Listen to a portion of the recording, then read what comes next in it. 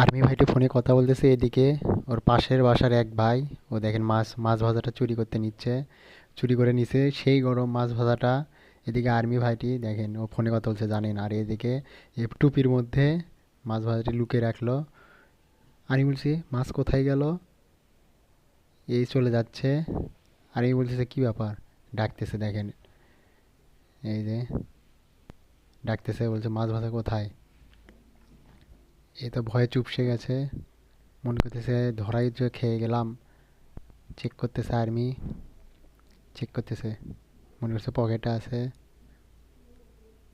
এই তো সোজা হয়ে দাঁড়ায় আছে, দেখতেছে, বলছে কই গেল মাছ ভাজা। এ তো ভাবতেছে কি করবো, একে ছেড়ে দেবো কি দিব না। ও বলছে চলে যাব কি, চলে যাচ্ছে। তো বলছে হ্যাঁ বেঁচে গেছি বাবা। এ এখনো